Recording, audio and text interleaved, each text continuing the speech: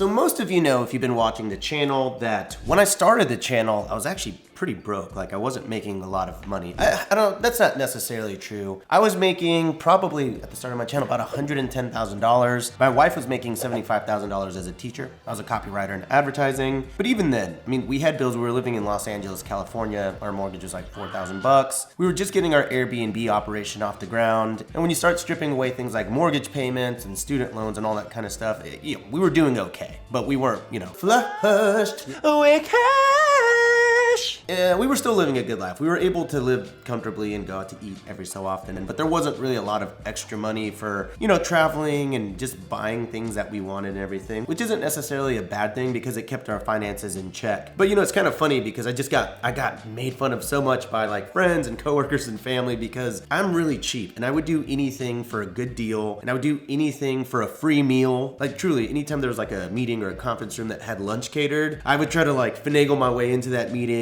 Or as soon as they put that food out in the kitchen for everybody, like I would sprint as fast as I could to get a free meal. It was just kind of known, right? Like everyone's like, oh, Rob, he likes a good deal. So believe me when I say that I'm very good at being cheap, poor, and broke, and every kind of like adjective, frugal, whatever adjective you want to place on me. Now, in the time since I've started the channel, I have significantly increased my income to about $2 million a year. It will probably be more than that this year, but let's not get into that now. If I hit my goals or exceed the goals that I had for 2022, you'll be the first to know. Because I try to be as transparent as I can on the Rob Hill channel. And of course, in return, you guys always like my videos. You hit the like button and the subscribe button because you guys appreciate the transparency, right?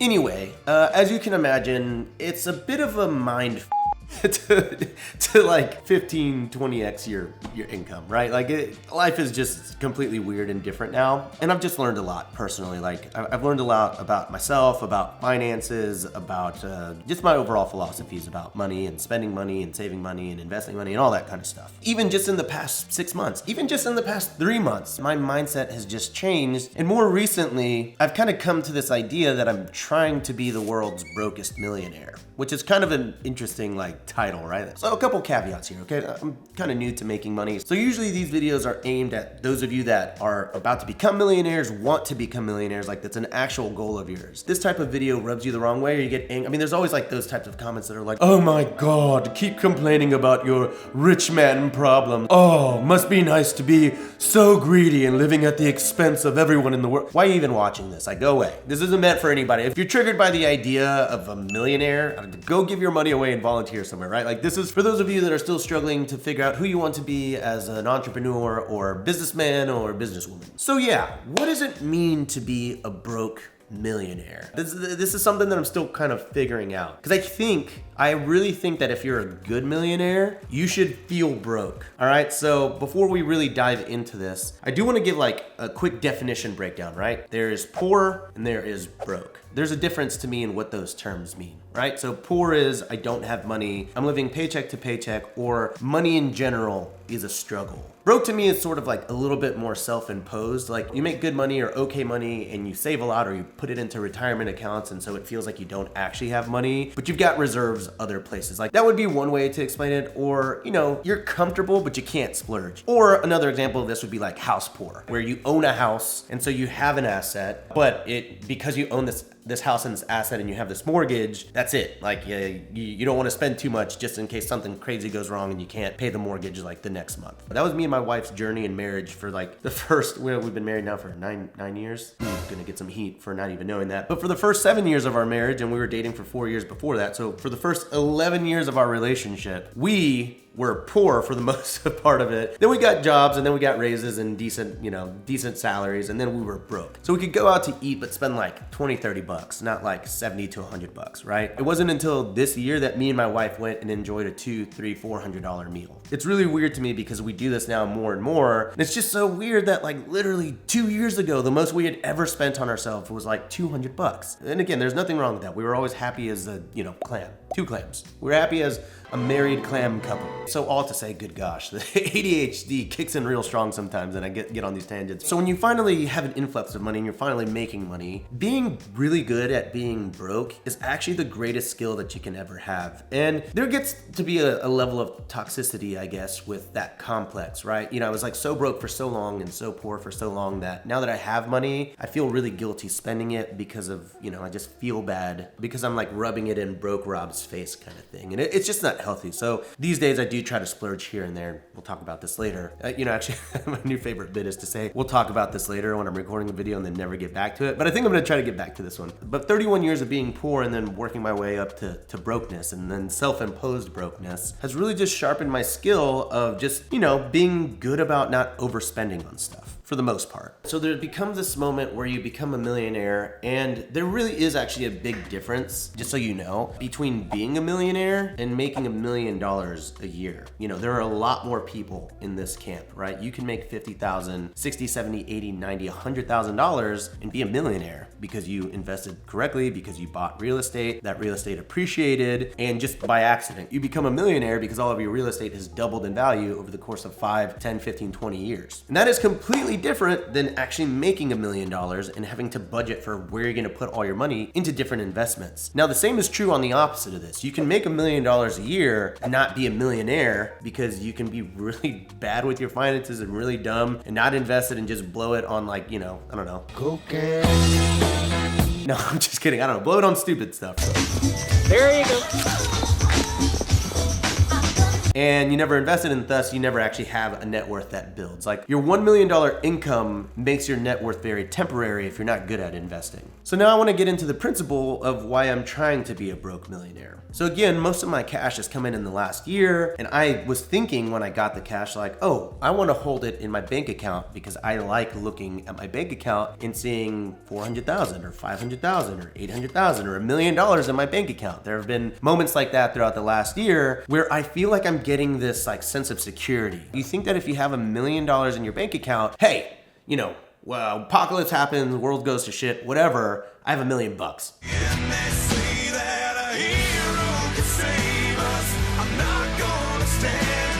No big deal. No big deal at all. And technically that's kind of true. If you have $1 million in your various bank accounts, then yeah, literally probably anything could happen short of a lawsuit or a giant medical tragedy, and you'll probably be okay. But when you start understanding the economics of holding money and how holding money is actually a very expensive and risky thing to do, it kind of starts to make you feel a little differently about holding cash. So I'll give you just a quick example off the top of my head here. So if you have $1 million and we're just tracking with inflation in the country right now, inflation this year is 5 to 7%. All right. So if inflation is indeed at the 7% mark, which I think we just hit that, Caleb, maybe you can post a few articles while I say all this just to prove the point. Yeah, 7%. So just in that alone, 7% of $1 million is $70,000. So in this instance, by actually holding cash, say $1 million in your bank account, you're actually making yourself more poor, not not by my definition, which maybe I should be consistent here to be canon, but you're making yourself more poor by holding $1 million in your bank account because it's worth less a year from now. So then that creates this complex, crazy issue that you now have to take your $1 million and invest it in places where A, you're gonna make a return, but B, ideally, you're at least staying abreast with inflation. I'm pretty sure I used abreast correctly. I'm not gonna look it up, but Caleb just let me know if I did. But effectively, you at least wanna try to get a return that's 5 to 7%, even if that means really just breaking even for the year from a buying power perspective. And so there are a few ways you can do that. You can put that in stocks and bonds and mutual funds and just more safe investments overall. So if you wanted to step up from your typical bonds and mutual funds and all that kind of stuff, putting it in something like the S&P 500 is probably going to get you a bit of a better return than more traditional conservative investments. So for example, the S&P, just looked it up, the average is about 10.5%. Since 1957, it's averaged 10.5%. So something like that will at least outpace inflation and give you a small return. Because really, at the end of the day, what's the point of making $1 million and having $1 million if you can't sustain that? If you just kept $1 million in your bank account and you let it lose 5 to 7% of its value every single year, eventually it's just not going to be worth very much. And so you have to put it in assets that are going to be working for you. And obviously, if you follow the channel, you know that I invest pretty heavily in Airbnb, right? That's real estate. It doesn't have to be Airbnb specifically. It can be multifamily, self-storage, long-term rentals, whatever you think is right for your investment strategy. Oh, and speaking of, none of this is investment advice. So if you were just texting your lawyer we got him, we got him, we got him, he would just give an advice. Let's pounce on this motherfucker. Sorry to shut you down, but this is not financial advice. Go talk to qualified people. I'm just a goofy YouTuber with a weird haircut when it's all said and done. But anyway, this is something that I'm learning more and more and more every single day, is that I just really need my money to be working for me. And yes, cash flow is great and I like making steady income every single month, but that's really just half of the equation. And honestly, now that I've sort of fixed my day-to-day financial issues, I make decent income now, the cash flow side of my investment really isn't quite as important as it used to be. And now I'm putting a lot more emphasis on appreciation and putting my money into assets that are growing in value year over year. But ideally, you always want to try to step up your cash flow game as much as possible, but you just want to give some emphasis to the magic of appreciation. To put this in perspective, it was just like a year ago where I said my net worth or my portfolio was worth $1 million. It might have been March. If it wasn't March, it was April. And just in the last year, a lot of those assets have appreciated significantly, and it went from like $1 million to like $1.4 million, like $400,000 of appreciation. Now, on the actual cash flow side of that, I definitely didn't cash flow $400,000 from those assets. They did go up in value. I did make good cash flow, which is really great, and I use that every single month, right, to invest more, to live, or whatever. But the appreciation, that just stays locked in, and over time, that $400,000 equity will then turn into $600,000, and then $700,000, and then hopefully $1 million, and then $2 million, right? So that's gonna keep compounding and contributing to my overall wealth over the course of my life. So I guess what I'm getting at here is you want the best of both worlds. You want appreciation, cash flow. They're both very important, and real estate is the easiest and best way to get both. So with all that said, yes, I make about $2 million every single year, and I don't really need $2 million. And so I'm coming to that realization, and I'm basically trying to funnel that into a bunch of different investments because, yeah, that's a lot of money, and most people can't really spend that amount of money if they're being smart about their purchases. And so I kind of want to just map this out and show you how much money $2 million is and why you shouldn't be spending $2 million and you should be investing it. So work with me here because obviously your mileage may vary. So let's just put this into perspective right now with some of the purchases I've made over the last year. Not too long ago, I bought $1 million house, and my mortgage, my note on that house is about $5,700. A lot of people think, oh my goodness, $1 million house, that's my life dream. If I can have $1 million house, I'm gonna be so happy. Great, okay, cool. So let's just say that checks the box for you. That's $5,700 every single month that you're gonna be spending on a $1 million house. So then let's just say that you not only want one super fancy car, but you want two, all right? These are, again, purchases that I made in the last year. And before I disclose too much, just like remember, a lot of this stuff is write-off, so we'll get into like the tax strategy in a different video. But I've got two cars. One is an Audi e-tron GT. That was about $123,000. I have a Volvo, and that was about $80,000 or so. So the payment on one of those cars is like $2,200, and then the other one's like $1,500, and then everything else is like insurance, right? So total for those two purchases, it's $4,200 a month. So we'll just say maybe you don't want to buy two cars, you want to buy a Ferrari. Ferrari's $200,000. Boom, there you go. You're gonna spend $4,200 every single month to own a $200,000 Ferrari and a $1 million house. And now let's say that you're kind of like me and you say, okay, I want to go out to eat every single day, and you spend $100 a day on food. $100 a day, remember, some days you might spend 20 bucks, other days you might spend 200 bucks, right? So we're just averaging things out here. So let's just say that average is 3,000 bucks a month, $36,000 a year. Sounds crazy, but it really isn't on a $2 million salary. But just for demonstrative purposes, let's just say that you spend $3,000 a month because you're very, very bougie. And then lastly, I didn't really break down a lot of this stuff, but let's just say miscellaneous expenses. Let's say clothes, let's say jewelry, going to the movie, going out, going to clubs, buying drinks for people. You just really want to splurge and you want to spend $10,000 to do so. Well, when you add all those expenses up, you're looking at a monthly total of $22,900. $22,900 is what it would, cost you to live this, I wouldn't say bougie life, but like, an extra life, right? $5,700 for a mortgage, $4,200 for a nice car, $3,000 for food, $10,000 on whatever the hell you want. Yearly, that's gonna come out to $274,800. That's what you would spend living, a relatively frivolous life where you're just like, you know what, whatever, screw it, I'm just gonna buy what I want. Oh, it won't cost this much to get to West Hollywood. No, that's not to drive, that's to shut down. $274,800 a year. Now, what does that actually equate to? That equates to 13% of your income. If you're making $2 million, $274,800 every single year is 13% of $2 million. So now let's just say you want to go crazy and you want to buy a $2 million house, you want to buy two Ferraris, or just a really, really nice Ferrari for $400,000, spend $6,000 a month on food, and then $20,000 a month on literally anything. Like, I don't know, hiring elephants to come to your kids' birthday parties. I'm not doing that, but I'm just saying, like, if you want to just be super crazy, that would be about $525,000. Just let me math it out, dang it. $549,600. $549,600. I think that's the second time I've used that joke in the last month, but let's say $550,000 to be easy. That would be 26% of your $2 million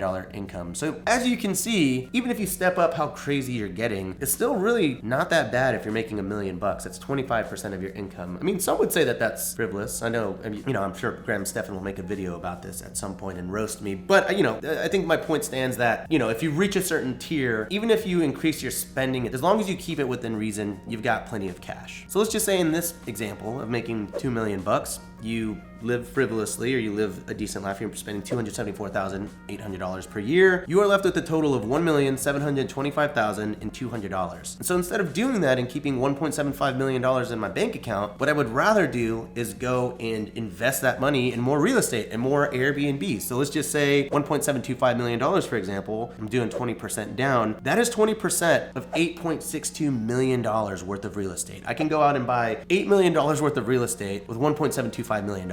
Oh, actually, sorry, it's 8.62. I'm trying not to look too much at my little, very, very rough outline. I want to see what my outlines look like. It's, pretty rough.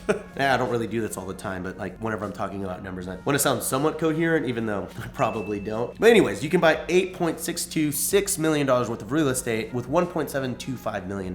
So that right there is going to create this double-headed wealth building monster. Because if I can dump that into Airbnbs and get, let's say, a 25% cash on cash return, which, most of the time I'm pretty above that, but we're just gonna keep it conservative here. If I can get a 25% cash on cash return on my $1.725 million, then that is $431,250 that I'll get every single year in cash flow, aka $35,937.15 per month. That's what I can make with $1.725 million. Now, again, I could keep that in my account, lose value, or I can go and buy a ton of real estate and make $35,937 every single month. That's just part one. Part two is that I now have $8.626 million worth of real estate. Real estate that other people are gonna pay for me through Airbnb or rents or whatever that is. So now let's just say I don't make any cash flow, or the cash flows are diminishing or whatever. I got people that are staying at my Airbnbs, paying it, boom, boom, boom, every single month. Fired!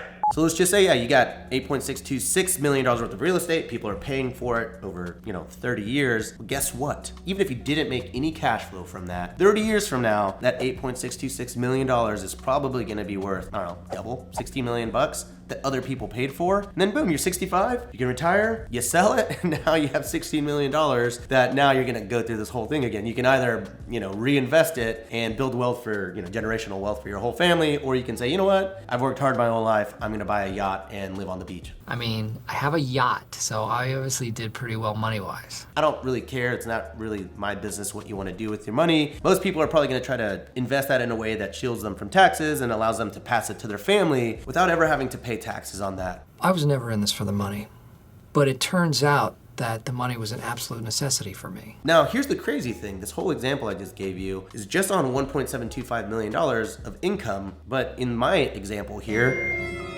have you ever heard of a mute button? It's a crazy concept. That's Apple did this new thing. You tap a button, all the sounds, they stop.